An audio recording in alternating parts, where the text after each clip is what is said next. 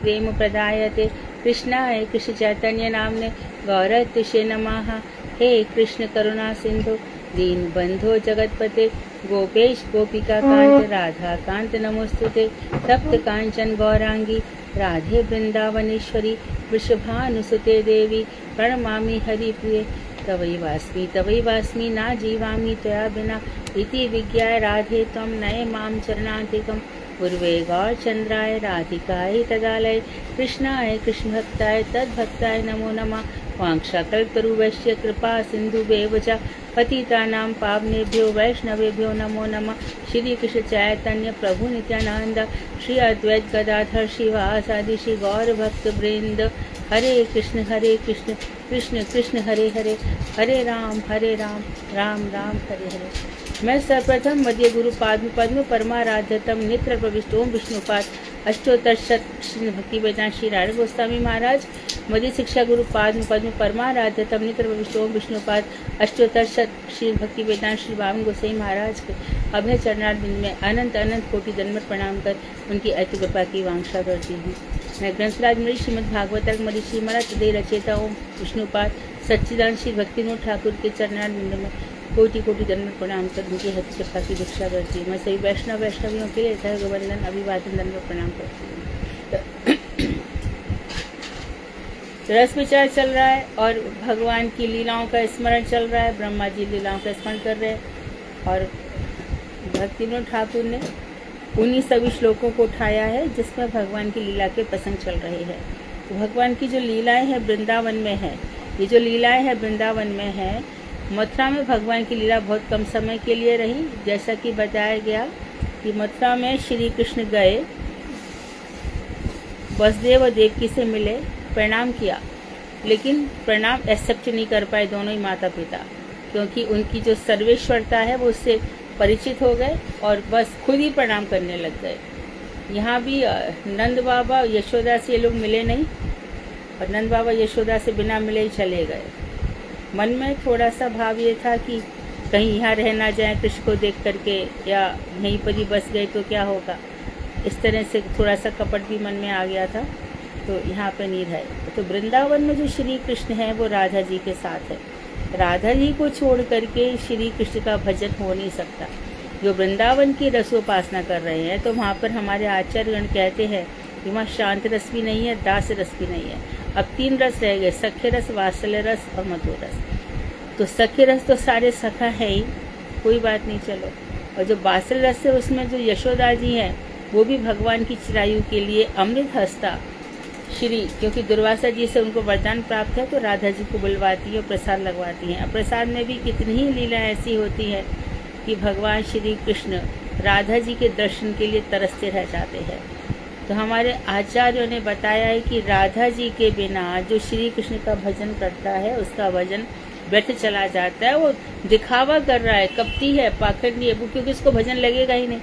भगवान सच्चित आनंद स्वरूप है, उनकी सत्ता हमेशा है, वो परम ज्ञानवान है, परम चेतन है और परम आनंद स्वरूप है। लेकिन आनंद उनको कब है, जब मूल आनंद का मूल है एलादनी शक्ति श्री राधा जी।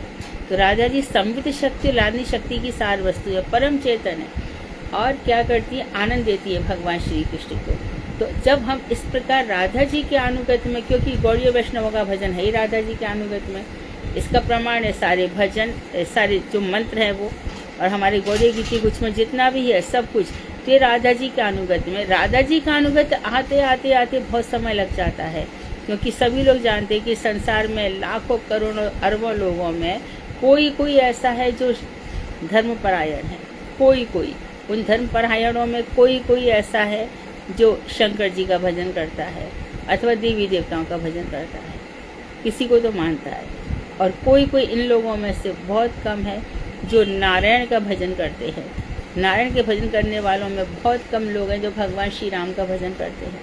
भगवान श्री राम का भजन करते करते उनमें बहुत कम ऐसे लोग हैं जो श्री कृष्ण की ओर मुड़ते हैं, उसमें भी उनकी शान दास है। बहुत कम कोई ऐसा है जो राधा कृष्ण की युगल उपासना करता है।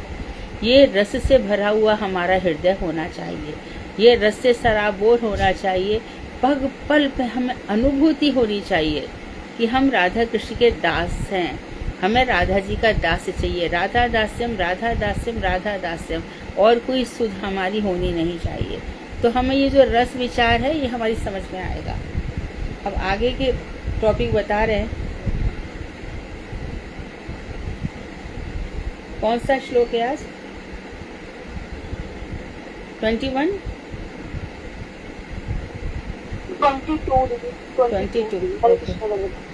22 श्लोक। किरण बने निशि निशा कर रश्मि गौर्या रासोन्मुखः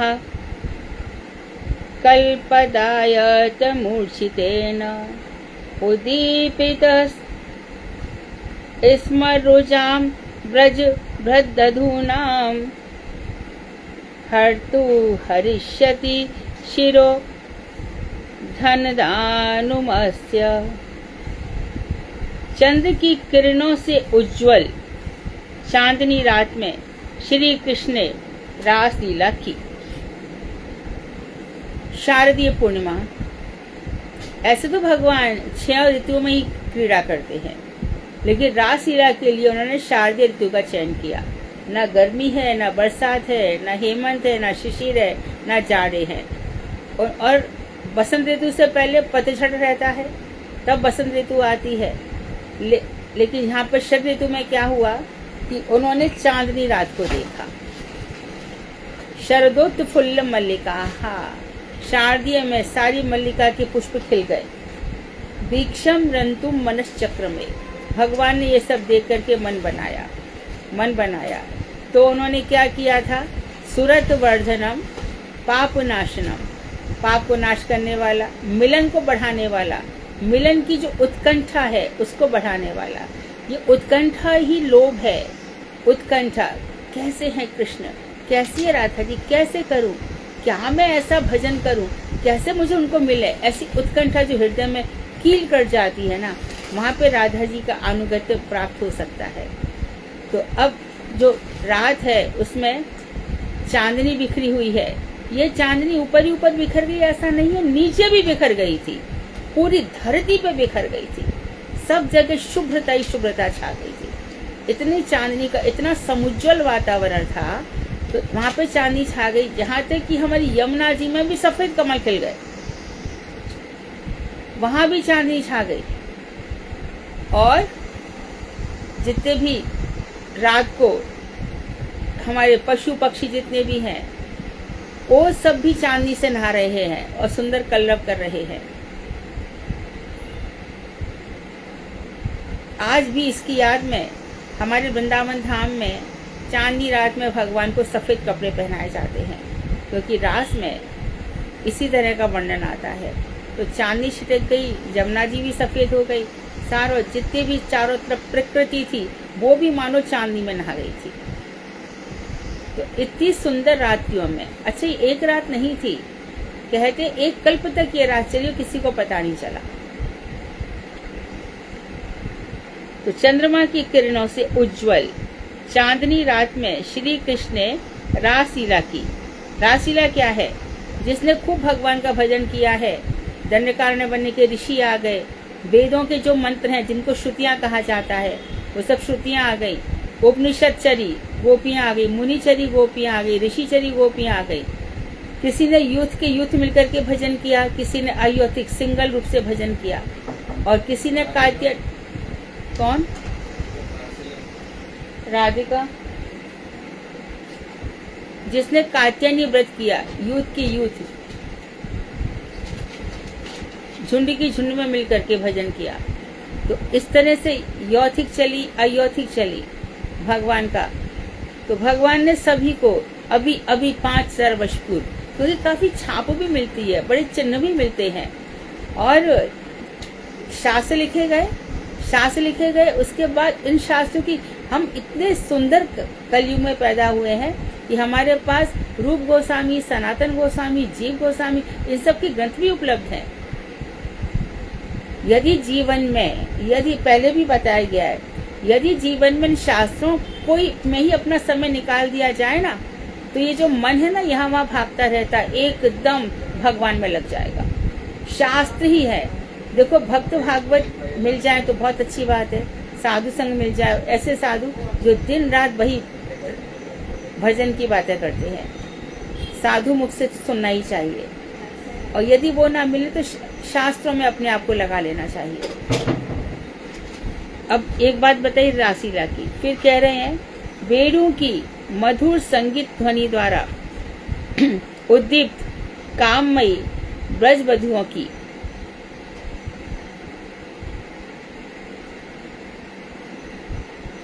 ब्रजवधुओं को हरण करने के लिए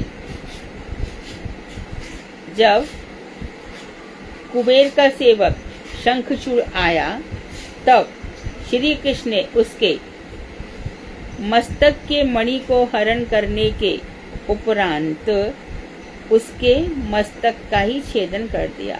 अब एक और लीला की कि उस समय जब कुबेर का सेवक शंखचूड़ आया, आकर के उसने क्या किया, वह गोपियों का हरण कर लेना चाहता था। तब भगवान ने बलराम जी के पास गोपियों को रखा और श्री कृष्ण उसके पीछे पीछे भागे, उसको मारा और उसके मस्तक पर रखी हुई मणि को ले आए। ये मणि की कथा भी बड़ी सुंदर है, ये स्यमंतक मणि है, भगवान ले आए। अब भगवान ने ला करके क्या करे, उनकी इच्छा तो ये थी इतनी सुंदर मणि राधा जी के पास पहुंचनी चाहिए। तो बलराम भैया कृष्ण की बात की, कृष्ण ने बलराम जी को दे दी। अब बलराम जी कुछ करेंगे तो बलराम के प्रति सबका बहुत गौरव भाव है, बलराम जी का सब बड़ा आदर करते हैं और उनके सामने इतना सब नहीं बोलते हैं जो कृष्ण के सामने सबकी चलती है ना, लड़ाई झगड़ा हास परिहास नर्महास सब कुछ चलता है, बलराम जी के प्रति गौरव भाव होता है। इसीलिए जब कोई कोई गोपी कहना तो चाहती है, कृष्ण की चर्चा करना चाहती है, परंतु बलराम बड़े सुंदर हैं और कृष्ण की चर्चा छुपा के रख जाती है। बलराम जी का ब्रज में बहुत सम्मान है, माता पिता भी उनको बड़े सम्मान की दृष्टि से देखते हैं। बलराम तुम जाओगे वन में, कृष्ण का ध्यान रखना। कालिय हृदय जब कालिय मर्दन लीला हुई, तब बलराम जी थे जिन्होंने नंद बाबा यशोदा को संभाला था, गोपियों को संभाला था। इसी लीला में बलराम जी ने कृष्ण को डांट के कहा था, निकल क्यों नहीं आता, इतनी देर क्यों कर रहा है, सब परेशान हो रहे हैं, आ जाना। इस तरह से बलराम ने कृष्ण से कहा था। तो बलराम जी को ये मणि दे दी और बलराम जी ने बड़े चुपके से बाया बाया बाया राधा जी तक पहुंचा दी, ललिता जी को दी और ललिता जी ने ये मणि किशोरी जी को दे दी। विदग्ध माधव में ऐसी कथा आती है कि कृष्ण विरह में राधा यमुना में कूद गई और वहां से सीधे सूर्यलोक में पहुंच गई। सूर्यलोक में उन्होंने यह मणि सूर्य को दे दी और सूर्य ने यह मणि सत्राजित को दे दी और सत्राजित इस मणि को पहन के घूमता रहता था। वो कथा हम दशम स्कंद में पढ़ते हैं भागवत की, तो उसमें लंबी कथा है। जामवती तक पहुंच गए भगवान, वहाँ पे उनका जो भाई प्रसेन है उस मणि को लेकर चला गया और उस मणि को फिर शेर ले गया। उसके बाद से जामवती के वहाँ तक पहुँच गई। तो ये कथाएं हम पढ़ते हैं। अब यहाँ पर क्या हुआ कि ये लीला बड़ी सुंदर रही। पट्ट महिषी राधा जी का अभिषेक हुआ, वृंदावन की महारानी राधा रानी राधा ठाकुरानी का अभिषेक हुआ और वहाँ पर फिर से श्री कृष्ण ने ऐसा किया कि मणि जो कृष्ण के पास थी सुरक्षित, उन्होंने चुपचाप से पता ही नहीं चला ललिता जी के कपड़ों में उस मणि को छुपा दिया। ललिता जी के साथ राधा जी ने भी हास परिहास किया है, दोनों का गठबंधन किया है। इस स्थान को ब्रज में गाठोली कहा जाता है, गाठोली। तो वहाँ छुप गई, तो राधा पट्ट महिषी बन गई और मंत्री बन गई हमारी ललिता जी और कृष्ण बन गए कोतवाल दरोगा और घोषणा कर दी कि यहाँ पर कोई चोरी वोरी नहीं करेगा, जो चोरी करेगा उसको दंड मिलेगा। तो कोतवाल को कहा गया कि भाई पुर का ध्यान रखना, कोई चोरी वोरी नहीं होनी चाहिए, ये ध्यान रखना। बोले ठीक है। उन्होंने फिर इस मणि को छुपा दिया और जाकर के राधा जी के कहा कि आपके चरणों में मैं आत्मनिवेदन करता हूँ, अभियोग लगा दिया, इल्जाम लगा दिया कि आपके यहाँ पर मेरी वंशी की चोरी हुई है। तो सब गोपियाँ हंसी कि चोर की चोरी कौन करेगा, परंतु बात ऐसी नहीं थी। उन्होंने कहा कि मेरी चोरी हुई है। तो राधा जी ने कहा कि जहाँ पे तुम्हारी वंशी चोरी हुई है वहाँ देखो, यहाँ पे क्यों देख रहे हो। तो ये वंशी यहीं थी, यहीं पे नहीं मेरी चोरी हुई है। तो ललिता जी ने सब लता जी ने इनको कहा कि ऐसे दरोगा को यहाँ पे नहीं रखना चाहिए जो अपनी चीजों की रक्षा नहीं करता महारानी, तो ये आपके राज दरबार की क्या रक्षा करेगा। इसको इसी समय इस पद को त्याग कर देने के लिए कहना चाहिए, कोतवाल कोई और रहे, ये ना रहे। तो दरोगा जी बोले कि कोतवाल जी बोले कहीं और होता तो बात कहीं और थी, मेरी वंशी चोरी मुझे पूरा ही शक है कि यहीं पर ही हुई है। तो राधा जी बोले कि चलो इसके संदेह को दूर किया जाए। सब अपने अपने कपड़े झाड़ने लगी और कपड़े झाड़े तो ललिता जी के वस्त्रों से वंशी गिर पड़ी और श्री कृष्ण ताली बजा बजा के जोर जोर से हंसने लगे। बोले इस महारानी आपके यहाँ पे चोरी हो रही है तो आप दूसरों को क्या संभालेंगे, एक दूसरे के ऊपर आरोप प्रत्यारोप हो रहे हैं।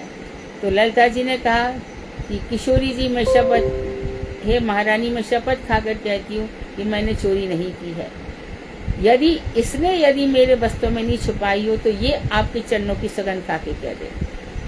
तो कृष्ण को कसम तो कभी नहीं खा सकते थे राधा जी की, परंतु चरण स्पर्श किया, इस बारे चरण स्पर्श करने का मौका मिला। तो ये मणि लीला गोपियों के लिए बड़ी परिहास की वस्तु रही और यही मणि सूर्य लोक में राधा जी के द्वारा पहुंचा दी गई। तो इस मणि लीला का ब्रह्मा जी ध्यान कर रहे हैं, तो उसको मार करके भगवान ने ले लिया था और उसको मार करके उसके मस्तक का छेदन कर दिया था। आगे और लीलाएं पढ़ रहे हैं। ये चापलंब खर दूर दुर्केश केशरिष्ट केशयरिष्ट मल्ले फर्कस्य यवनाः कपि पौंड्रक आद्याः अन्ये च शाल्वकुज बलनंद दंत वक्र, और उसके बाद है सप्तोक्ष सांबरवी दूरथ रुकम मुख्याः। आगे और भी बताया है, हम अर्थ पढ़ते हैं। और देखो प्रलंबासुर, धेनुकासुर, बकासुर, केशी दैत्य, अरिष्टासुर, चाणूर, चाणूर में बड़ा होना चाहिए, चाणूर, कुबलया पीड़, कालयवन, दुविध बानर, पौंड्रिक आदि दैत्य। और तो ये दैत्य लिए गए। कौन कौन दैत्य रहे? प्रलंबासुर जिसको बलराम जी ने मारा, धेनुकासुर जिसको बलराम जी ने मारा, दो असुर बलराम जी ने मारे हैं, बकासुर केशी दैत्य, अरिष्टासुर जो राधा कुंड की तरफ आ गया था, यही बैल था, बैल के रूप में आया। और जब भगवान ने इसको मारा तब इसी पर हमारी सब राधा इत्यादि सखियों ने इल्जाम लगा दिया कि तुमने गौ हत्या की है, वृषभ की हत्या की है, तुम अब हमारे द्वारा छूने योग्य नहीं हो, जाओ सब तीर्थों में नहा कर आओ, फिर ब्रज में आना। तो उस समय भगवान ने सारे के सारे तीर्थ ब्रज में ला दिए थे। तो राधा कुंड राम कुंड की कथा है। चाणूर ये दोनों रंगमंच पे दोनों का मल्ल युद्ध हुआ। शल, तोशल, चाणूर, मुष्टिक, उन सब, कुबलयापीड़ हाथी, और उसके बाद फिर कालयवन, दुविध बानर भगवान के समय का ही था, उसी समय का था, श्री राम के समय का। लेकिन राम इससे बहुत प्रेम करते थे दुविध बानर से, और राम लक्ष्मण से भी प्रेम करते थे, परंतु ये लक्ष्मण से चिढ़ता था और ये उसी समय से अभी तक था, त्रेता युग से अभी तक था। तो द्विविध वानर जब लक्ष्मण भैया बलराम बन करके आए, तब जब बलराम गोपियों के साथ रास कर रहे थे तो उस समय आकर के ये गोपियों को छेड़ने लगा, अपना मल द्वार दिखाने लगा, गुदा द्वार दिखाने लगा। तो इस तरह से गोपियां डर गई। तब भगवान ने, बलराम जी ने इसको 2-4 थप्पड़ मार के गिरा के मार दिया था। द्विविध वानर पौंड्रक वासुदेव तो अपने आप को कृषि समझता था। तो ये सब दैत्य। और इधर बताया शाल्व, नरकासुर, बलवल, दंतवक्र और सप्तोक्ष। सप्तोक्ष कौन है? नग्नजीत, जिसके 7 बैल को नाच करके भगवान नागजीति को ले आए थे। नागजीत के 7 बैल, इनको सप्तोक्ष कहा जाता है। फिर शंबर, विदुरथ, रुक्मी आदि, ये कौन रहे? दुष्टों। तथा युद्ध में अस्त्रधारी काम्बोज, मत्स्य, कुरु, संजय, कैकय आदि समस्त वीरों को बलदेव, अर्जुन, भीम आदि अपने निज जनों के द्वारा मरवाया तथा कुछ को स्वयं ने मारा। तो इनका वध करके अपने वैकुंठ धाम में ले गए। ये सब कथाएं बहुत आश्चर्यमय हैं। राधिका, एक मिनट यहाँ।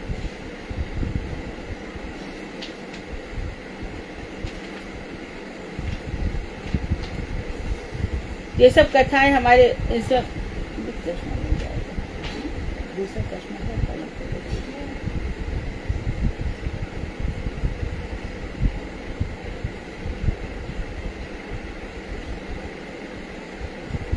हाँ, तो ये सब कथाएं महाभारत में है और श्रीमद् भागवत में है, विष्णु पुराण में है, स्कंद पुराण में है, पद्म पुराण में भी ये कथाएं मिल जाती हैं।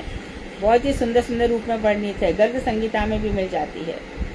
इसके बाद कह रहे हैं विष्णोनुवीर्यमाणान् गणनां कत्मो अहर्तिहः यः पार्थिवान्यापि कभी विममे रजांसि चस्कम्बयः स्वाहा।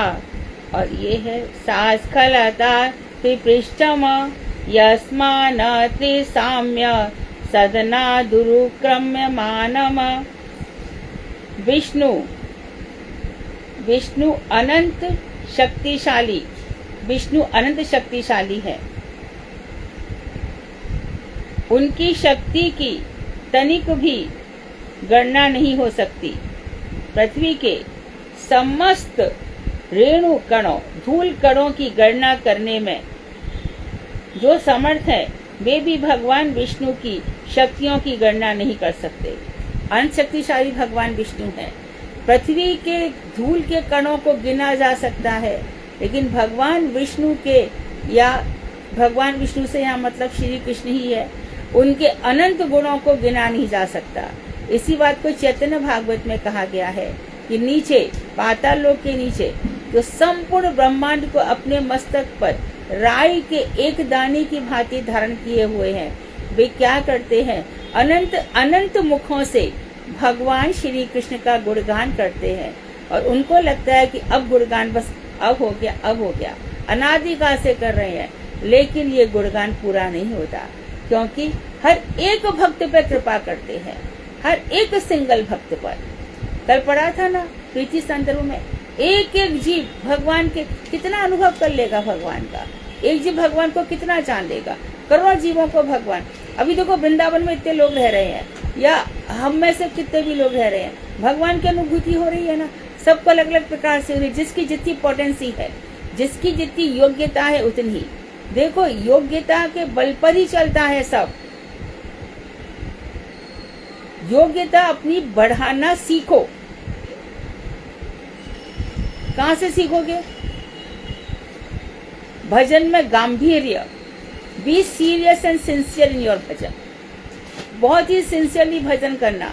ध्यान रहे ये जीवन बेकार न चला जाए, और दूसरा ये ध्यान रहे कि जीवन खाली ना चला जाए,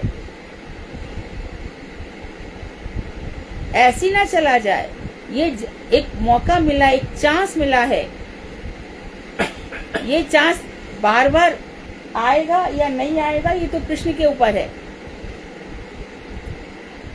मुक्त लोग भी जो हो गए तो क्या करते हैं? मुक्ति हो गए, चलो हम तो कहते हैं अष्ट सिद्धि मिल गई, उसके बाद क्या? कितने हम लोग देखते हैं, कितने लोग एकदम अमीर बन जाते हैं, ये सब बन जाते हैं, उनकी तो और भी दुर्दशा हो जाती है, क्योंकि भगवान का भजन करने का समय ही नहीं है, और भी बुरी हालत हो जाती है। जितना अधिक पैसा उतनी दुर्मति, उतनी ही बुद्धि खराब हो जाती है, संकोची हो जाता है, साधु वैष्णवों की सेवा में कपटी हो जाता है। कहां से करेगा?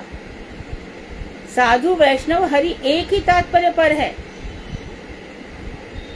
उनकी सेवा में ये कपट कहां से आ रहा है? जैसा धन वैसा मन, जैसा खाओगे अन्न वैसा। तो यदि ये अन्न विषयी लोगों का हो गया और बहुत ही कपट से छल पूर्वक कमाया गया तो बुद्धि तो वैसी खराब होनी है। इसलिए इन सब चीजों का हमें त्याग करना होगा। बहुत ही संयम से भगवान का प्रसाद लगा करके उतना ही ग्रहण करना होगा। इससे बुद्धि सीमित संभली रहेगी। तो बुद्धि बिगड़ने में देर कहाँ लगती है। पता चला कि वो तो भजन कर रहे, प्रवचन कर रहे थे, क्लास चला रहे थे, अभी पता चला विवाह हो गया। क्यों क्लास कथा कर रहे थे ना, सब कुछ कर रहे थे, फिर मन कथा बोलने से भक्ति होगी ऐसा नहीं होता। कथा सुनने से भक्ति होगी ऐसा नहीं होता। भागवत में जाके अपनी प्रेजेंस दे दी भक्ति होगी ऐसा नहीं होता। भक्ति हृदय से होती है, ये चित्त बल है। और हम भी कितना बोलेंगे, जिसकी जितनी पोटेंसी होगी वो उतना ही ग्रहण करेगा। योग्यता से अधिक कुछ भी नहीं मिल सकता। और योग्यता कैसे आएगी? कितने कितने जन्मों तक तपस्या की होगी, कितना भजन किया होगा। ये जो भगवान का नाम जिह्वा पर नृत्य करता है, श्री रूप गोस्वामी पदावली में कहते हैं, इसका मतलब पिछले जन्म में उसने सारे वेद पढ़ लिए, पुराण पढ़ लिए, उपनिषद पढ़ लिए, सब कुछ खूब भगवान का अर्चन कर आया, खूब आरती, सब कुछ उसने कर लिया। अब जब देखो, जब भगवान, तो भगवान का जो नाम दिन रात रट रहा है। हनुमान जी को कोई आरती करने की जरूरत है क्या? हनुमान जी को कोई वेद उपनिषद पढ़ने की जरूरत है क्या? आ गए ना। अब तो राम के, यानी कि भगवान श्री राम ने उनको अपना पात्र चुना। ये इसी प्रकार गुरु वैष्णव क्यों नहीं सबका चयन कर लेते अपनी सेवा में लगाने के लिए? योग्यता देते हैं और योग्य देखते हैं तो अपने आप लगा लेते हैं उनको। तो इस तरह से हमें गंभीरता पूर्वक विचार करना चाहिए कि जो आचार्य वैष्णव हरि जिस तरह से सेवा, मुझे वो सेवा क्यों नहीं मिलती? क्या कर डाला मैंने ऐसा जो मैं इतना वंचित हूँ या इतनी वंचित हूँ? मुझे तो मिलना चाहिए। जरूर मेरे मन में ना जाने कितने प्रकार के भाव भरे पड़े, कपट भरे पड़े हैं। वो नहीं मिल सकता, कभी भी नहीं मिल सकता। और वो जितना मिला उसी से संतुष्ट रहेगा, ये काफी है, मुझे आगे बढ़ना ही नहीं है। पग पग पर कपट, छल, चतुराई, इससे कुछ भी नहीं होगा। तो पृथ्वी के समस्त रेणु कणों की गणना करने में जो समर्थ हैं, वे भी भगवान विष्णु की शक्तियों की गणना नहीं कर सकते। देखो, उन्हीं भगवान श्री विष्णु ने अपने वामन अवतार में पहले तो प्रतिघात शून्य अपने श्री चरणों के वेग से प्रधान तत्व से लेकर सत्यलोक तक सब कुछ प्रकंपित कर दिया था। क्या बात कही है। उनके पहले तो चरणों की बात बताई। हमारे भगवान के चरण कैसे हैं? प्रतिघात शून्य, किसी पर आघात नहीं करते, किसी पर कुछ भी नहीं करते। वो तो सब पर करुणा करने के लिए उनके चरण हैं। कालिए के ऊपर चरण रखे और कहा जाए रमणक द्वीप में चला जा, नहीं वहां पे मुझे घुसने ही नहीं दिया जाएगा। तो जब मेरे चरण देखेंगे तो यहाँ गरुड़ नहीं आएगा, कोई भी नहीं आएगा, चला जाए यहाँ से। तो भगवान के जिसके चरण रख दे, और भगवान के चरण कैसे हैं? हमारे महाप्रभु ने, नित्यानंद ठाकुर ने रघुनाथ दास गोस्वामी के ऊपर चरण रख दिए, कभी कर्णपुर को अपना चरण पिला दिया। तो इनके चरण, जो भगवान के चरण, सकल इंद्रिय वृत्ति, भगवान के चरणों का आशीर्वाद, या भगवान अपने मुख से कहते हैं ठीक है। तो भगवान अपने मुख से तो बहुत कम बोलते हैं, हाथ उठा देते हैं या किसी के ऊपर सिर पर हाथ रख देते हैं। हमारी किशोरी जी भी ऐसी है। चरण स्पर्श कहाँ से मिलेंगे? कहीं ना कहीं भावों में किधर आकर के किशोरी जी एकदम खिलखिला के हंस पड़ेंगी, प्रसन्न हो जाएंगी और आकर के अपने एकदम लगेगा कि उनके हृदय की किरणें निकल रही हैं और आपके हृदय में पहुंच रही हैं। पर जब हृदय में हजार लाख बातें भरी पड़ी है तो कहाँ पहुंचेंगे? ईगो ही नहीं मरता, ईगो ही लिए बैठे रहते हैं। ये सब कैसे खत्म होगा? कभी कभी ना बड़ी दुख की बातें हो जाती हैं। तो भगवान के चरण प्रतिघात शून्य है। वो श्री कृष्ण के चरणों ने क्या किया, अपने वेग से प्रधान तत्व से लेकर नीचे से लेकर के सत्य लोक तक सब कुछ प्रकंपित कर दिया था, सब कुछ हिला डाला था। और फिर स्वयं ही 14 भुवन के अंतर्गत त्रिसाम्य सदन अर्थात सत, रज और तम, इन तीनों गुणों की साम्यावस्था प्रकृति के आवरण से आरंभ करके शेष पर्यंत सभी को अपने बल से धारण कर लिया था। तो यहाँ पर बता रहे हैं कि 14 भुवन के अंतर्गत जो त्रिसाम्य सदन अर्थात सत्य, रज और तमोगुण तीनों जगह ये साम्य अवस्था में रहते हैं। फिर जो जानवर होते हैं हिंसक प्रति वाले, वो अपना लेते हैं, उनके पास तमोगुण चला जाता है। अधिकांश जो मनुष्य वो रजोगुण में रहते हैं, उनमें से बहुत कम सत्वगुण में रहते हैं। और जो भगवान के भजन है वो निर्गुण अवस्था में रहते हैं। तो इतनी साम्य सदन अर्थात इन सब के तीनों गुणों की साम्य अवस्था प्रकृति के आवरण से उन्होंने आरंभ किया और अंतिम पर्यंत सब कुछ भगवान ने अपने बल से धारण कर लिया था।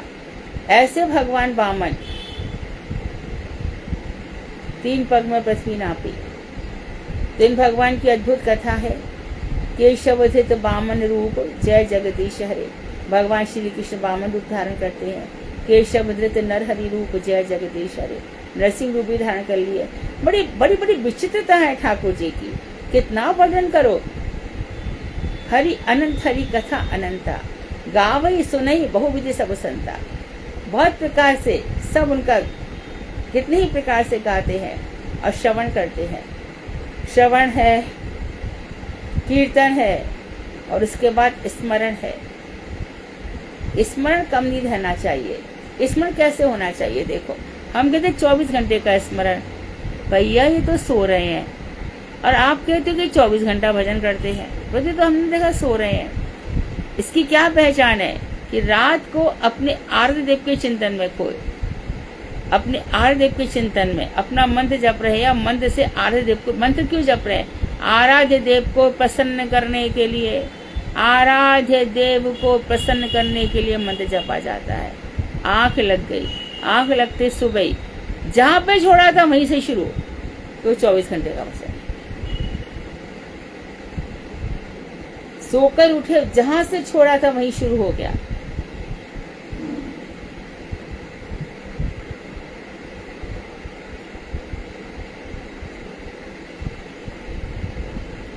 वेदाहम अंगम परमस्य हि योग मायाम यूयम भवस्य भगवानात् दैत्यवर्यः। फिर पत्नी मनोसच मनुष्य तदात्माश्च प्राचीन बधी, सबकी कथा आ रही है। ऋभुरंग पुत्र ध्रुवश्च। अनुवाद पढ़ रहे हैं। हे नारद, मैं ब्रह्मा, और उसके बाद आप, नारद जी से कह रहे मैं ब्रह्मा, आप शिव, प्रहलाद और मनु पत्नी शतरूपा, स्वयंभू मनु, उनकी कन्याएं देवहूति, प्रसूति, आकुति इत्यादि, प्राचीन बही, ऋभु, अंग अर्थात वेण के पिता, अंग वेण के पिता, ध्रुव, इक्ष्वाकु, एल इसको पुरुरवा भी कहते हैं, मुचुकुंद, विदेह जनक, गाधी तनय विश्वामित्र, विश्वामित्र के पिता, रघु, रघुवंश, रघुवंश में अज का बेटा दिलीप, दिलीप का बेटा रघु, रघु का बेटा दशरथ, दशरथ का बेटा राम, अम्बरीश, सगर महाराज, गय महाराज, नौशादी, मानधाता जिसकी 50 कन्याओं से सौम्य ऋषि ने विवाह किया, अलर्क, शतधनु या शतधनवा, अनुरंतिदेव, भीष्म, बलि, अमूर्तरय, उद्धव, पराशर, भूरिशेन विभीषण, हनुमान, शुक शुकदेव, पार्थ अर्जुन, आशीषेण विदुर तथा शुद्धदेव आदि भक्त भी उन परम पुरुष विष्णु की योग माया को कुछ कुछ ही जानते हैं। भगवान विष्णु की योग माया को कुछ कुछ, ये योग माया, अच्छा ये ध्यान रखना कि ये योग माया कृष्ण के लिए ही है, नहीं, सभी के लिए है। भगवान श्री राम के लिए भी काम करती है और श्री नरसिंह देव के भी। तो योग माया हमेशा विष्णु तत्व की सेवा में प्रस्तुत रहती है। तो इनको ये लोग भी, इतने जो भक्त थे वो भी कुछ कुछ जानते हैं। खुद शिव जी ने कहा है, अहम वेदमी शुको वेत्ति, व्यासो वेत्ति न वेत्ति वा, श्री नरसिंहो वेत्ति सर्वम, श्रीधरो वेत्ति सर्वम, श्री नरसिंह प्रसादतः।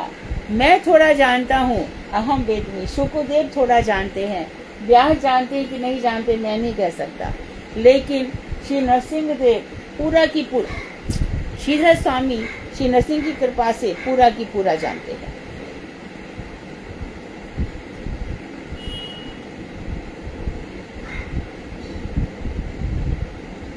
तद्वै पदं भगवतः परमस्य पुंसो, ब्रह्मेति यद्विदुर रजस्तन्मुखं विशोकम्, संध्यागनियम्य यतयो यम कर्तहेतिं,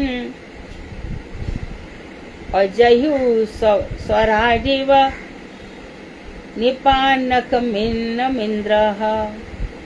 सभी उपनिषदों में जिन्हें अजस्र सुख तथा विशोक ब्रह्म कहा गया है, बड़ी सुंदर बात कही है। उपनिषदों में कृष्ण को क्या कहा गया है? अजस्र सुख, अजस्र निरंतर जिससे सुख मिलता है, सांद्र, अजस्र को पर्यायवाची समझो सांद्र, घना सुख, आनंद घन, उनसे मिलता है सच्चा सुख भगवान तुम्हारे चरणों में।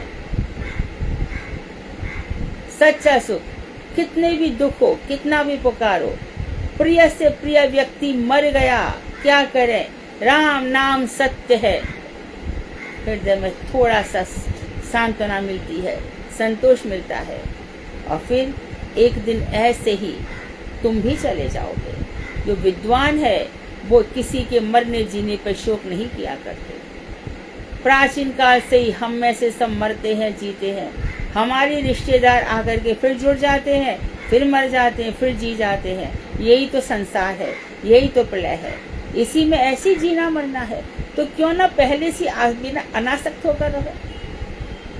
अनासक्ति कैसे हो भैया, मैं तो दिन भर उनके साथ रहती हूँ, दिन भर मैंने तो बच्चों को जन्म दिया है, जिनको जन्म दिया है उनके बिना बहुत मुश्किल है, क्योंकि माया है, माया, अविद्या, मैं और मेरा। अरे मैं ही कुछ नहीं है शरीर, तो शरीर से संबंधी लोग कहाँ से हो गए, ये ज्ञान कैसे आएगा? तो भगवान के नाम जप से ये सारे की सारे शोक मिट जाते हैं, अजस्र सुख। तो ऐसे बहुत लोग हैं जिनका सब कुछ संसार में चलता है, तो संसार में पड़े रहते हैं, और कुछ लॉस हो गया तो गुरु वैष्णव कहते हैं तुम लोग भगवान का भजन करो। अभी वृंदावन में बहुत से ऐसे लोग बस गए हैं जिन्होंने कुछ खो दिया अपना, और वृंदावन जाकर के अपने आप को धन्य पा रहे हैं। जिनसे पूछो मेरी पत्नी मर गई, मेरा पति मर गया, मेरा ये हो गया, और फिर तब उनको महसूस होता है कि धन्य नारद जी। जब नारद जी की मैया मरी तो बड़े खुश हो गए कि एक ही बंधन था, वो भी मिट गया। तो अजस्र सुख, निरंतर सुख होता है, तथा विशोक ब्रह्म कहा गया है उनको, जिनके पास से सारे शोक मिट जाते हैं, कोई शोक नहीं रहता, सारे अनर्थ मिट जाते हैं, हृदय एकदम आनंद से भर जाता है, आंखों से निरंतर आंसू बहते रहते हैं, गला कंठ गदगद हो जाता है, शरीर में रोमांच होता है। भगवान विष्णु की जाओ कथा सुनाओ, कुछ ऐसा भगवान की लीलाएं सुनाओ, जहाँ भगवान का कीर्तन हो रहा है वहां पर चले जाओ। बजहु रे मन श्री नंद नंदन अब है चरणारविंदो। फिर तो बस गौड़ी गीति गुच्छ का हर कीर्तन ऐसा लगता है गाओ। अच्छा, छोटी वाली बुक है, उसका भी सुनाओ, उसका भी सिखाओ, तो दिन रात ऐसा हो जाता है। वही परम पुरुष भगवान का स्वरूप है। तो भगवान का स्वरूप यही है जो रस स्वरूप ब्रह्म है। उन रस की प्राप्ति से ना कोई शोक रहता है। यतिगण योगी जिस अभेद ब्रह्म ज्ञान की चेष्टा करते हैं। योगी जन सोचते हैं कि भगवान से हमारा अभेद हो गया, no difference between me and God, मैं गॉड ही हूँ। ये जो विचार करते हैं वो उनको ध्यान रखना पड़ेगा कि कोई भी भगवान नहीं बन सकता, कोई ब्रह्म नहीं बन सकता। क्या करेगा ब्रह्म बन के? सृष्टि कर देगा, प्रलय करेगा, संहार करेगा, क्या करेगा? और यदि तू ब्रह्म बन गया तो तेरा बार बार जन्म क्यों होता है? अब नहीं जन्म, इस जन्म में ब्रह्म हो गया, तो पहले क्या था तू? तो ये जो ब्रह्म वाली बातें हैं, ये यहाँ पे अभेद कि ब्रह्म में हमें कोई भेद नहीं है। तो ऐसे लोगों को भगवत स्वरूप तत्व से चित्त को संलग्न करने के लिए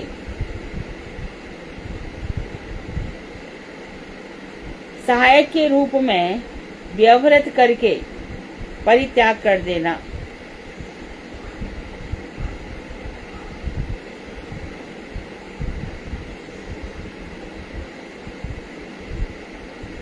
सेंटेंस आधा छोड़ दिया।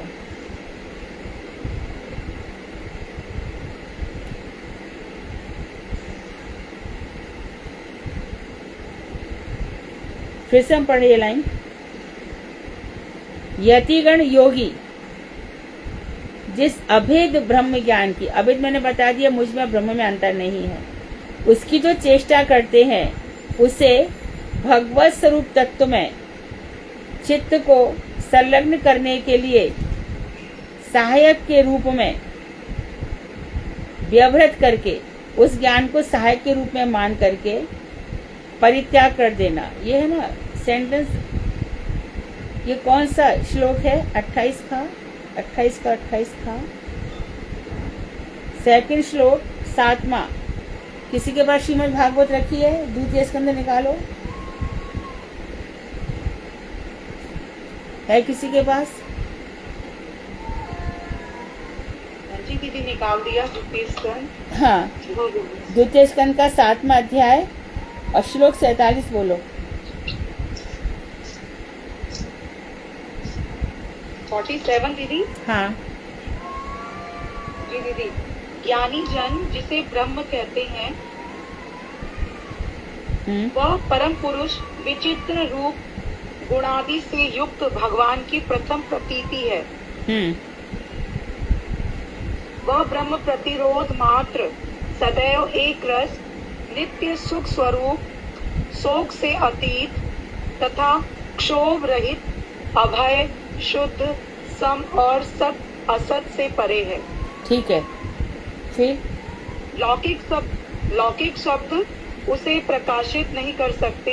हाँ। अर्थात वह साधारण शब्द के विषय नहीं है, किंतु वह उपनिषदों का प्रतिपाद्य विषय है। और तो क्या, माया भी उसके सामने जाने में लज्जा बोध करती है और उससे दूर से ही अवस्थित रहती है। ये तुमने पढ़ा है? 47 पढ़ा है ना? जी जी दीदी। 47 द्वितीय स्कंद और 7वां अध्याय। इसमें दीदी बहुत 6 लाइनों का श्लोक है ये। हाँ, तुम ये 48 भी पढ़ो। जी दीदी। हे नारद, यत्नशील योगी और सन्यासी यानी ज्ञानी आत्मा के सहचर स्वरूप मन को परमात्मा और ब्रह्म स्वरूप में संलग्न कर देते हैं। तो आत्मा के सहचर स्वरूप किसको बताया? मन को, है ना? आत्मा के सहचर स्वरूप मन को अंदर संलग्न करने के लिए सहायक के रूप में उसे अभेद बताकर एकदम भगवान का स्वरूप है। यतिगण जिस अभेद ब्रह्म ज्ञान की चेष्टा करते हैं, उसे भगवत स्वरूप तत्व में चित्त को, हाँ चित्त ठीक है, चित्त को संलग्न करने के लिए सहायक के रूप में तो तुमने बताया मन की सहायता करके मन को परमात्मा और ब्रह्म स्वरूप में संलग्न कर देते हैं। ठीक है, हाँ, फिर तथा अभेद के साधन भूत ज्ञान की अब कोई आवश्यकता नहीं है, उसको परित्याग कर ऐसा देते। समझकर, हाँ जी हाँ, ऐसा समझकर उस ज्ञान को भी त्याग देते हैं। हाँ, तो परित्याग कर देना की जगह आना चाहिए परित्याग कर देते हैं। ठीक कर लेंगे सब लोग, क्योंकि क्वेश्चन बनेगा तो परित्याग कर देते हैं। जैसे ललिता ने पढ़ा है ना? हाँ जी दीदी, थैंक यू।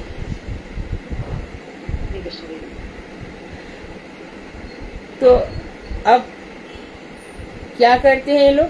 तो भगवान में इस मन को लगा करके, भगवत मन को लगा करके फिर क्या करते हैं? इस मन को सहायक के रूप में व्यवहार करते हैं। और उसके बाद ये जो एक ही ब्रह्म एक ही है, आत्मा और ब्रह्म परमात्मा एक है, इस भाव का परित्याग कर देते हैं। जल के अभाव में जिस प्रकार कोदाल से कुआं खोदा जाता है, जल नहीं मिला तो कुएं खोदे जाते हैं, तथा प्रचुर पानी मिल जाने पर उस कोदाल को त्याग दिया जाता है, उसी प्रकार माइक तत्व को भेद करके भगवत तत्व जब प्राप्त हो जाता है, माया छूट जाती है। माया क्या हो गया? कोदाल। कोदाल से कुआं खुद गया, अब कोदाल का क्या काम है? इसी प्रकार पहले माया की जगत में आते हैं, फिर भगवत तत्व को समझते हैं। प्राप्त करने के लिए ब्रह्म ज्ञान की जो क्षुद्र अभेद कल्पना है कि हम ब्रह्म से एक हो गए, उस चेष्टा की जाती है, उसे भगवत स्वरूप के निकट तक पहुंचने में, लाने में समर्थ होने पर फिर उसका परित्याग देना। ये क्या देना? ऐसे बहुत गड़बड़ कर दिया।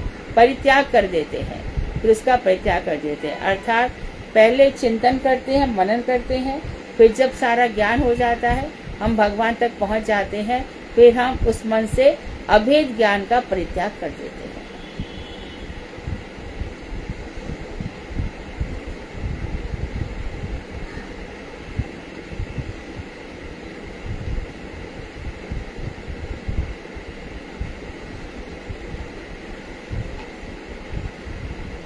विराम देते क्योंकि 2 श्लोक है ना, है तो छोटा ही, वैसे तो पढ़ लेते हैं। नाहम न यूयम यदिताम गति विदुह न वाम देवः किमुता परे सुराः तन्मायया मोहित बुद्धया स्वविदम विनिर्मितम चात्मसमम विचक्षमहे। हे नारद, जब मैं, कौन ब्रह्मा जी कह रहे हैं ना, जब मैं तुम लोग वामदेव अर्थात श्री रुद्रदेव, वामदेव शुद्धदेव और अन्य कोई भी तत्वज्ञ भगवान के शुद्ध स्वरूप में अवगत होने में समर्थ नहीं हो सकते, जब मैं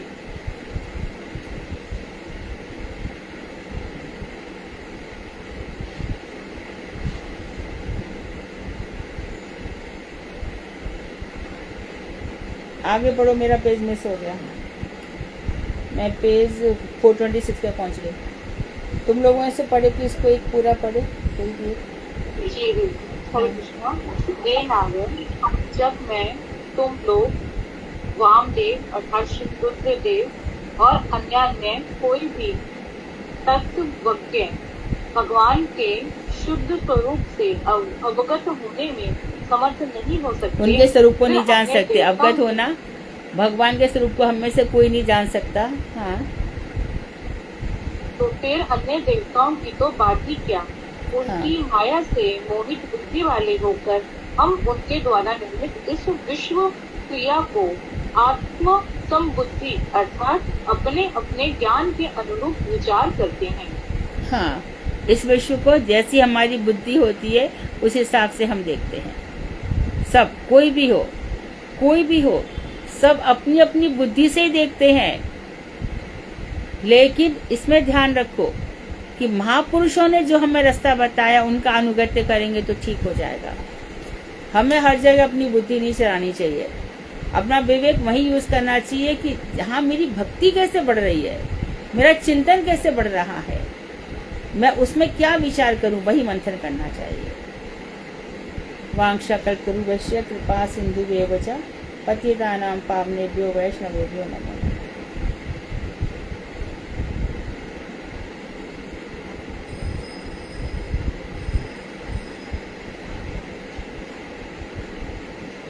कोई प्रश्न हो तो श्रीमद् भागवत। हरे कृष्ण दीदी, दर्शन प्रणाम दीदी। जैसे अभी इसमें ये लिखा है कि जैसे जब प्रचुर पानी मिल जाता है तो कुदाल को छोड़ देते हैं, तो दीदी यहाँ पर ये ब्रह्म ज्ञान भी कुदाल है ना दीदी। जैसे माइक शक्ति को भेद करके भगवत प्राप्ति जब हो जाएगी तो ब्रह्म ज्ञान की जो खुद अभेद होने की चेष्टा की जाती है। हाँ, तो ब्रह्म ज्ञान की जो ब्रह्म से अभेद है, जीव ब्रह्म भेद है, ये क्षुद्र ज्ञान है। तो जब भगवान मिल जाते हैं तो सेवा भाव आ जाता है और ये अभेदता ज्ञान का तिरस्कार हो जाता है, त्याग कर दिया जाता है। तो दीदी मतलब स्टार्टिंग में ब्रह्म ज्ञान का सहारा लेना चाहिए, जैसे वैदिक तत्व कुछ लोग लेते हैं, कुछ लेते हैं, लेकिन बाद में त्याग कर देते हैं।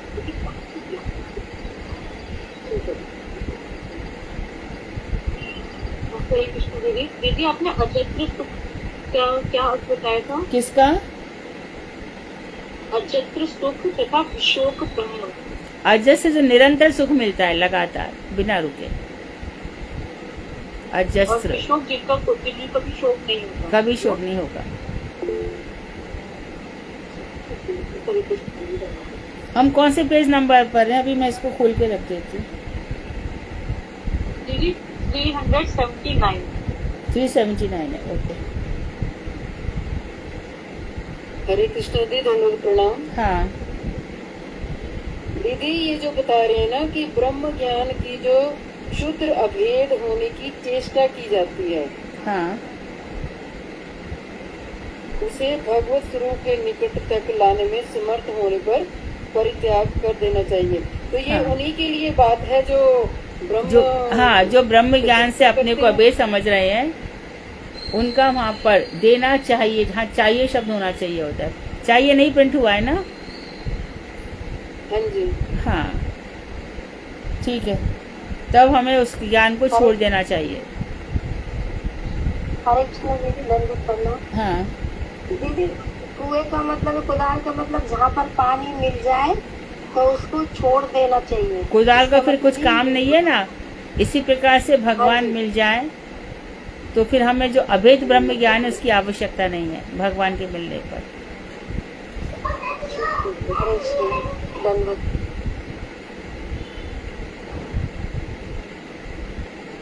379 पेज बता रहे हो ना? जी दीदी, 379 पेज पे खत्म हुआ है ना आज? हाँ दीदी, ठीक है, हाँ जी दीदी, श्लोक नंबर 29। ठीक है।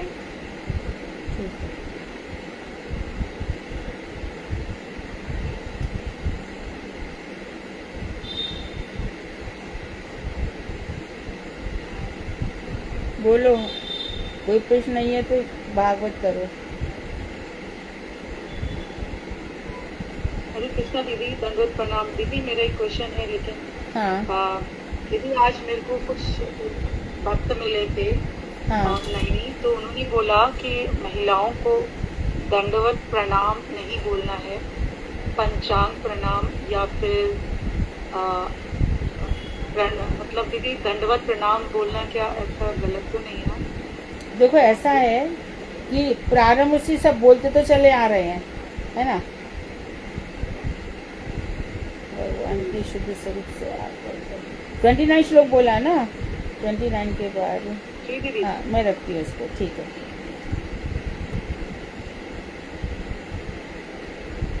हाँ, तो दंडवत क्या कि दंड मतलब कहता है दंड के समान लेट गए, की तरह, है ना? ये तो है। परंतु लेडी जो है पंचांग प्रणाम करती है, मस्तक से, दोनों हाथों से, और बक्षस्थल भी भगवान को प्रणाम हो जाता है ऐसे। और जो पुरुष है वो अष्टांग प्रणाम करते हैं, लेकिन दंडवत प्रणाम कह देने से ये मतलब नहीं हो गया कि बोले हम प्रणाम कर रहे हैं साष्टांग, अष्टांग नहीं कहा, दंडवत लेट करके प्रणाम कर रहे हैं, इसमें कोई बुराई नहीं है। पंचांग प्रणाम थोड़ी कोई बोला जाता है। ठीक है दीदी, हम बोल सकते हैं ना दंडवत बोलते हैं प्रणाम? हम गुरु जी को भी दंडवत प्रणाम ही बोल। मेरे गुरुदेव ने कभी टोका नहीं मुझे, मान गोसाई महाराज ने कभी टोका नहीं है, महाराज जी दंडवत प्रणाम ऐसे ही बोलते हैं। और हर बात में कब तक स्त्री पुरुष करते रहोगे? क्या अंगों को ही देखते रहोगे क्या? कब तक करोगे ऐसा? हो गया बहुत। हर बात में स्त्री पुरुष क्या है ये? आज तक किसने बोला पंचांग प्रणाम बोलो? कितने ही पत्र हमारी माँ बहनों ने आचार्यों को लिखे हैं, सब जगह यही लिखा है दंडवत प्रणाम।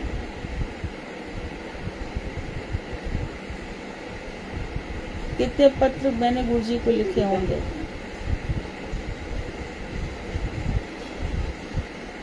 हरे कृष्णा दी, दंडवत प्रणाम। हाँ दीदी, जो यज्ञ वगैरह करवाते हैं ना, तो उनको जैसे हम बोलते हैं कि ऋत्विज, तो सारे यज्ञ कोई अथर्ववेद के मंत्र होते हैं, कोई यजुर्वेद के मंत्र, कोई ऋग्वेद के, तो सबको ऋत्विज ही बोला जाएगा? सुनो, ऋत्विज का अर्थ यहाँ पर ऐसा नहीं है। जो यज्ञ के चार होते हैं, होता, ऋत्विक, होता, उद्गाता। ऋत्विक जो यज्ञ कराता है, होता जो हवन इत्यादि डाल रहा है, उद्गाता जो मंत्र बोल रहा है, और एक चौथा और होता है। ये चार उसके व्यक्ति होते हैं, चार प्रधान होते हैं जो यज्ञ करवाते हैं, उसको ऋत्विक कहते हैं। ऋग्वेद का अधर्व्यू, यस अधर्व्यू होता है। हाँ, ये चार होते हैं, उसमें से चार में से एक ऋत्विक है। ऋत्विज कहने से कोई मतलब ऋत्विज नहीं होता, का होता है का, ऋत्विक। ऋत्विक, हाँ जी। इन चारों में से एक है वो। ऋत्विक, होता, उद्गाता, अधर्व्यू। बहुत से लोग बता दीजिए, सही से सुनाई नहीं दे रहा दीदी। एक तो ऋत्विक बोला और दूसरा होता, होता ता होता। ठीक है दीदी, होता, उद्गाता, अधर्व्यू।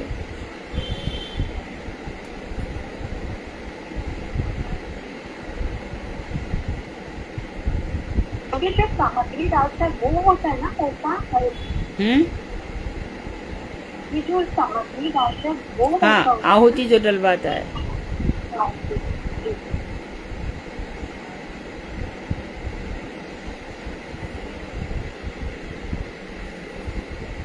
हरे कृष्णा दीदी। हाँ दीदी, अब हमारी चतुर्थ स्कंद की कुछ महत्वपूर्ण कथाएं आपसे शुरू होंगी, जिसमें आप सबसे पहले ध्रुव चरित्र साधना दीदी करेंगी, और इसमें उनको 2 दिन का समय चाहिए। तो आज पहला दिन है दीदी उनका। साधना दीदी, हरे कृष्णा दीदी, दंडवत प्रणाम। शुरू करिए। ठीक है दीदी। ओम अज्ञानतिमिरान्धस्य ज्ञानाञ्जन शलाकया चक्षुर्मीलितं येन तस्मै श्री गुरुवे नमः। वाञ्छाकल्पतरुभ्यश्च कृपासिन्धुभ्यः च पतितानां पावनेभ्यो वैष्णवेभ्यो नमो नमः। नमो महावदन्याय कृष्ण प्रेम प्रदायते कृष्णाय कृष्ण चैतन्य नामने गौरीत्वसे नमः। पूर्वे गौरचंद्राय राधिकाय तदालये कृष्णाय कृष्ण भक्ताय तद्भक्ताय नमो नमः। सर्वप्रथम मैं अपने गुरुदेव श्री अष्टोत्तर श्रीमद् भक्ति वेदांत दंडी गोस्वामी जी महाराज के चरणों में असंख्य कोटि दंडवत प्रणाम ज्ञापन करती हूँ। तत्पश्चात अपने परम गुरुदेव नित्य लीला प्रविष्ट श्री अष्टोत्तर श्रीमद् भक्ति वेदांत नारायण गोस्वामी जी महाराज के चरणों में असंख्य कोटि दंडवत प्रणाम ज्ञापन करती हूँ। इसके बाद भागवताचार्य मधु दीदी के चरणों में अनंत कोटि दंडवत प्रणाम करते हुए उनसे अपने मार्गदर्शन की कामना करती हूँ। नमो ओम विष्णु पादाय रसज्ञ आचार्य शिरोमणि श्री श्रीमद् भागवताचार्य मधु गोस्वामिनी इति नामिनी।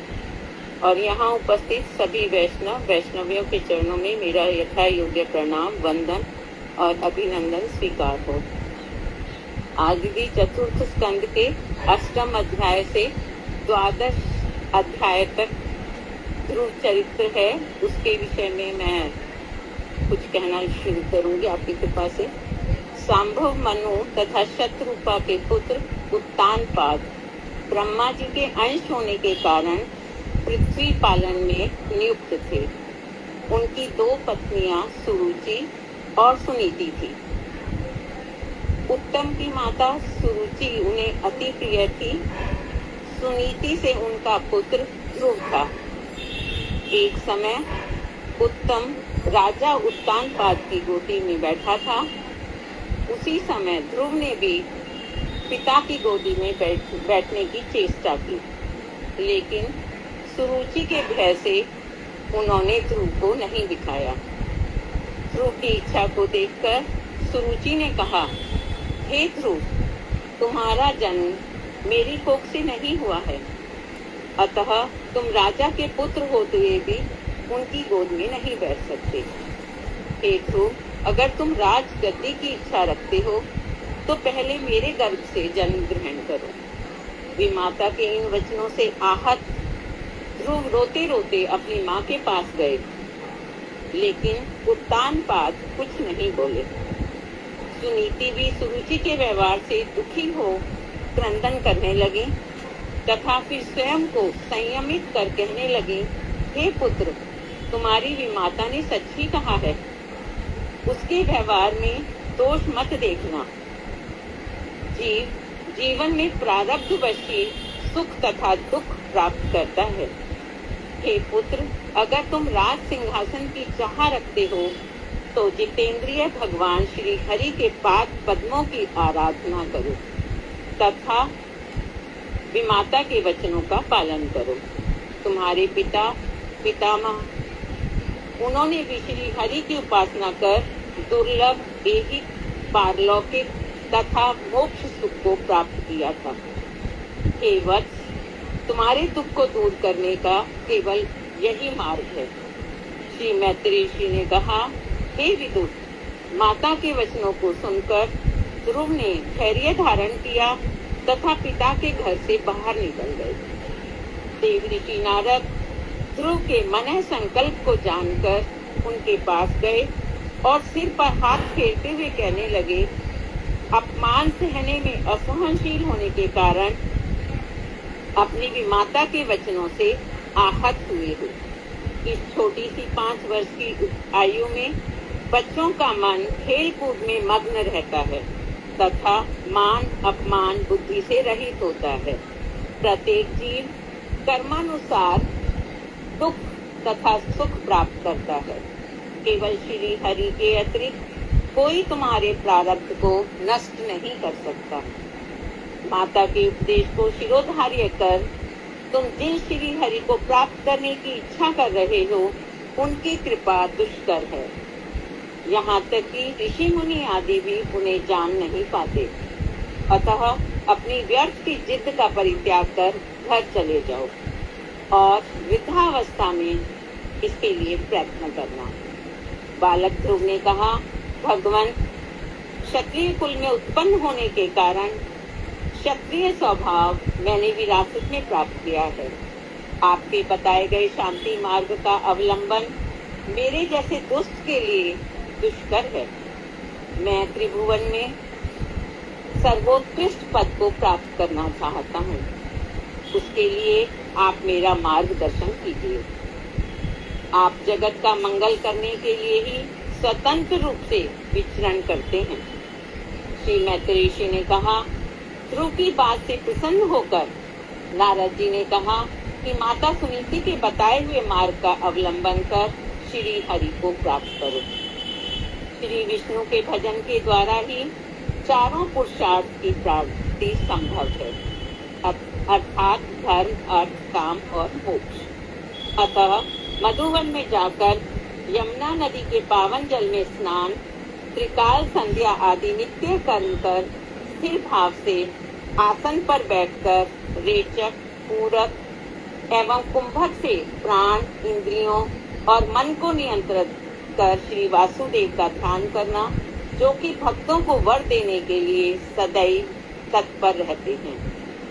वे परम पुरुष, नित्य, तरुण, परम आश्रय, दया के सागर, श्यामल वर्ण वाले वनमाला, श्री वत्स तथा शंख चक्र गदा पद्म द्वारा अभिव्यक्त होते हैं।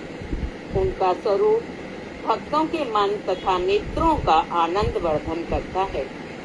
वे स्मित हास्य तथा कटाक्ष द्वारा भक्तों पर कृपा करते हैं। भगवान के मंगल स्वरूप के ध्यान से तुम्हारा चित्त शांत हो जाएगा। तुम परम गुह्य मंत्र ओम नमो भगवते वासुदेवाय का जप करो। उनको पवित्र जल तथा वन में प्राप्त फल, मूल तथा तुलसी अर्पण करो। परिमित आहार ग्रहण करो तथा श्री विग्रह के अभाव में मिट्टी और जल आदि में श्री नारायण की अर्चना करो। भगवान अपनी अचिंत्य स्वरूप शक्ति से अनेकानेक रूप स्वीकार कर इस प्रपंच में लीलाएं करते हैं। कायिक, मानसिक तथा वाचिक प्रणाली द्वारा निष्कपट भाव से अर्चना करने वाले भक्तों की उनको इच्छानुसार फल प्रदान करते हैं, लेकिन गुरु पदाश्रय लेकर भक्ति करने वालों को उत्तम भक्ति प्रदान करते हैं।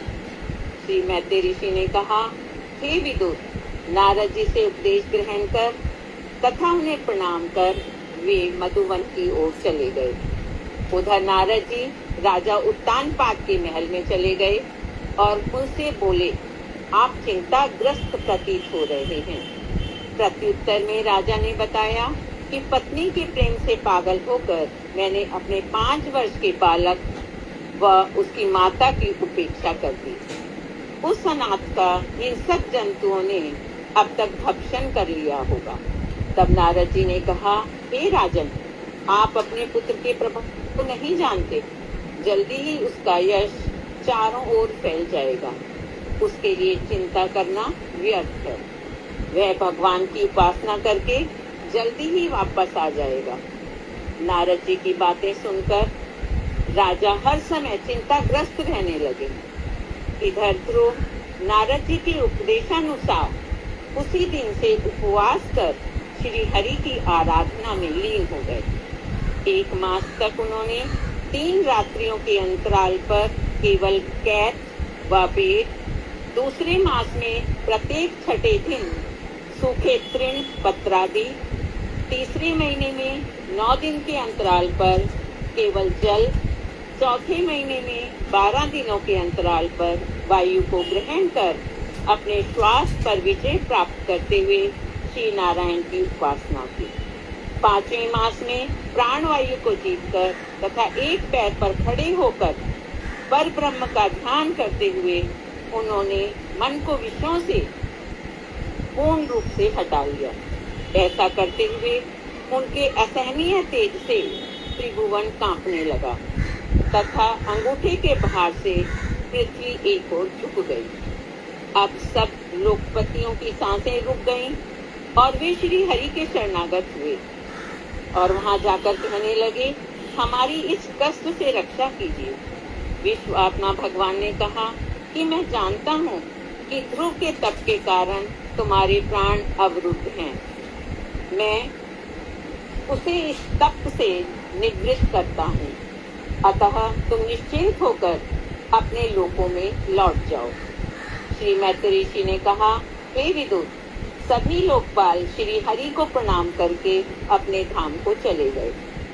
इधर सहस्र शीर्षा नारायण अर्थात गर्भोदकशाही से अभिन्न गरुड़ पर सवार होकर मधुवन में आए, जहाँ ध्रुव एकाग्र चित्त से श्री हरि के पाद पद्मों का ध्यान करते हुए उनके रूप विलास का दर्शन कर रहा था, जो कि सहसा ओझल हो गया।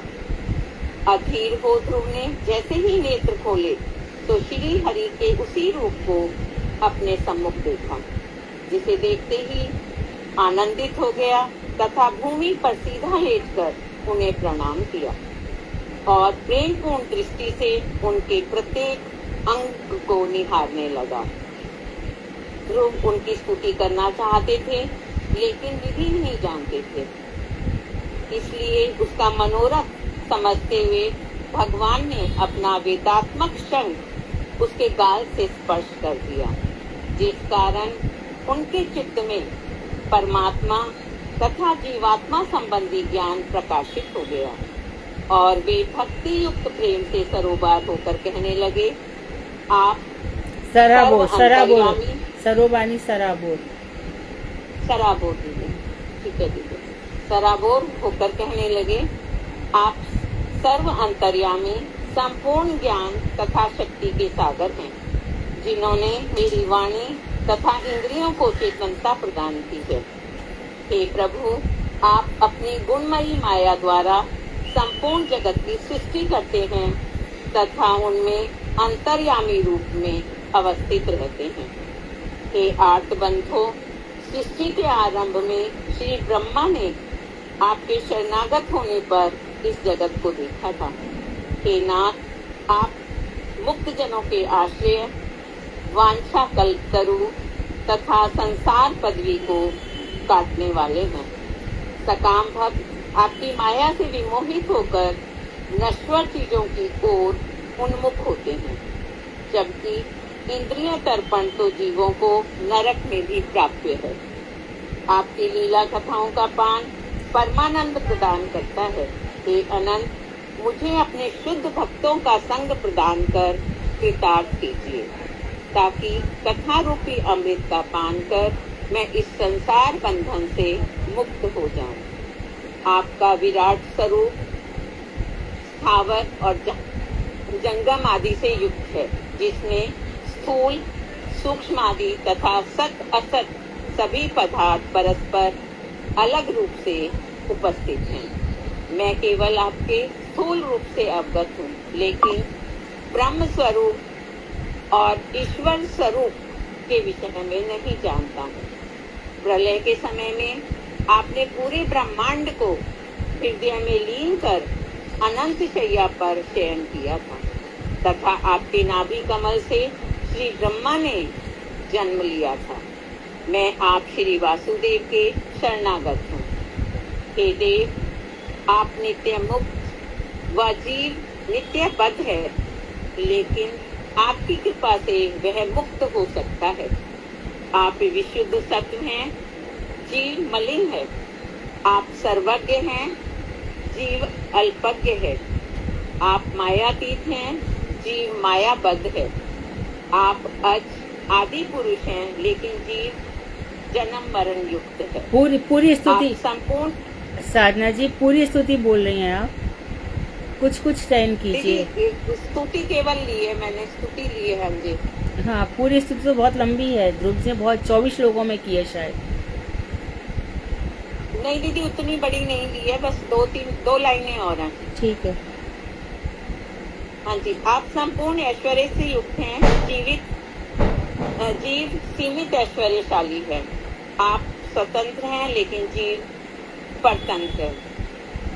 मैं जीव की तुलना में सर्वश्रेष्ठ, विश्व के कारण अखंड, अनंत, अनादि, अविकारी, सर्वानंद के श्री चरणों का आश्रय लेता हूँ। यद्यपि मैंने आपकी सकाम भक्ति की थी, लेकिन मुझ मूर्ख को प्रेमा भक्ति प्रदान कर अनुग्रहित कीजिए। श्री मैत्रेय ऋषि ने कहा, हे विदुर, ध्रुव की स्तुति सुनकर श्री हरि ने कहा कि तुम्हारा मनोरथ जानकर मैं तुम्हें उज्जवल अविनाशी पद प्रदान कर रहा हूँ, जहाँ आज तक कोई नहीं जा सका है। इस लोक के चारों ओर ग्रह, नक्षत्र, तारागण, धर्म, अग्नि, कश्यप, इंद्र तथा सप्त ऋषिगण चक्कर काटते हैं। हे वत्स, तुम्हारे पिता पृथ्वी का राज्य देकर वन में चले जाएंगे और तुम धर्म का आश्रय लेकर स्थिर चित्त से 36,000 वर्षों तक उस राज्य की सेवा करोगे। दीदी आगे पढ़ूं या नहीं, काफी हो गया मेरे ख्याल से। ठीक है दीदी। 20-22 मिनट हो गए। दीदी 15 मिनट हुए हैं, 15-16 मिनट। अच्छा, मेरी घड़ी में जी, जी। 4:26 हो रहे हैं। जी दीदी, 4:10 तक भी हमारा डिस्कशन चल रहा था दीदी। अच्छा 4:26 हो रहे हैं दीदी, तो साधना दीदी कल पे लेना है दीदी ना। ठीक है दीदी। वांछा कल्पना कृपा सिंधु पतितानां पावनेभ्यो वैष्णवेभ्यो नमो नमः। मेरी इच्छा ये है कि बहुत शॉर्ट में हो। मेरी इच्छा ये नहीं है कि रीडिंग करी जाए, मेरी इच्छा नहीं है ये, बिल्कुल नहीं। मेरी इच्छा ये है कि बहुत शॉर्ट में बताया जाए। दीदी 50 पेज थे, उसमें से मैंने अपनी कॉपी के 13 पेज लिखे हैं दीदी। 50 में से 13 लिखे हैं। जी दीदी। अच्छा हाँ, बाकी तो तुमने कथा काफी शॉर्ट में बोली, स्तुति थोड़ी लंबी हो गई। दीदी मुझे लगा स्तुति आप कहेंगे कि स्तुति तो पूरी बतानी चाहिए थी, आगे से ध्यान रखूंगी दीदी। हाँ, बाकी तो तुम्हारा एकदम सब सही था, फटाफट सब हो गया, सुंदर था, बहुत सुंदर था।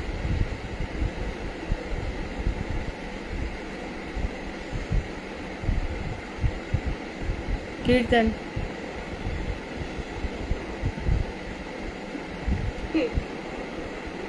ज्योति दीदी।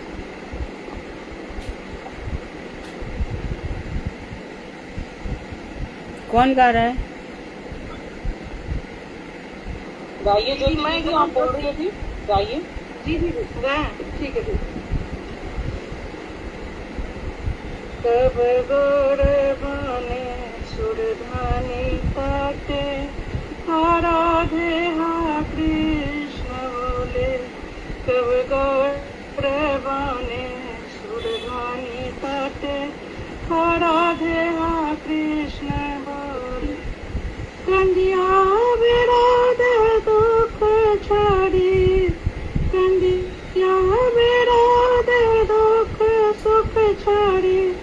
नाना लता तरु ताले, नाना लता तरु ताले। कब स्वपच गृह ते मन किया खाइब, पीबो सरस्वती जले। कब स्वपच गृह ते मंगिया खाइबो, पीबो सरस्वती जले। पुलिने गड़गड़ी दीबो, कृष्ण करे कृष्ण कोलाहला, करे कृष्ण कोलाहला। कबे धाम वासी जाने प्रणति करिया, मांगी कृपा रलेस। कबे धाम वासी जाने प्रणति करिया, मांगी कृपा रलेस। वैष्णव चरण रेणु गाय माखी, धरिया बधुत बेसा, धरिया बधुत केसा। तब गौर बन जाने भेद न देखिबो, हैबो ब्रजवासी। तब गौर ब्रज जाने भेद न देखिबो, हैबो ब्रजवासी।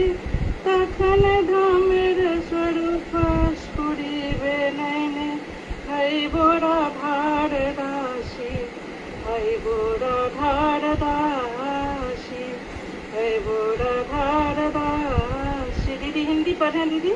आप पढ़िए। आप बांग्ला कीर्तन को एकदम बढ़िया अवधी भाषा में गा रहे हो, अवधी लहजे में गा रहे हो। बोलिए।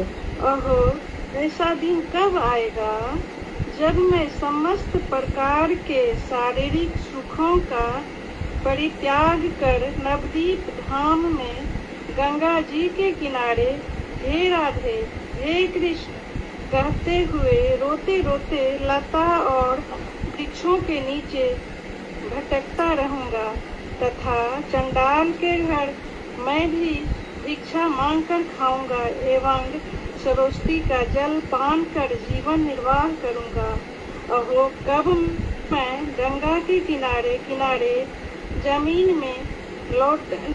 में लौटते हुए कृष्ण कृष्ण कहकर शोर मचाऊंगा, तथा धामवासी लोगों को प्रणाम कर उनके कृपा की मात्र एक बूंद भिक्षा मांगूंगा एवं अवधूत वेश धारण कर वैष्णवों की चरण रज अपने सारे शरीर में मलूंगा। अहो कब मैं गौर वर्ण नवदीप वृंदावन धाम में भेद न कर ब्रजवासी हो जाऊंगा, जिससे धाम का चिन्मय स्वरूप मेरे नयनों में स्फुरित अर्थात मैं दर्शन कर पाऊंगा तथा श्री मती राधिका की दासी हो जाऊंगा। जय जय श्री राधे। दंडवत प्रणाम दीदी। वांशकर्तुर्वश्य कृपा सिन्धुवेव च पतितानां पावनेभ्यो वैष्णवेभ्यो हरे कृष्ण दीदी। धन्यवाद।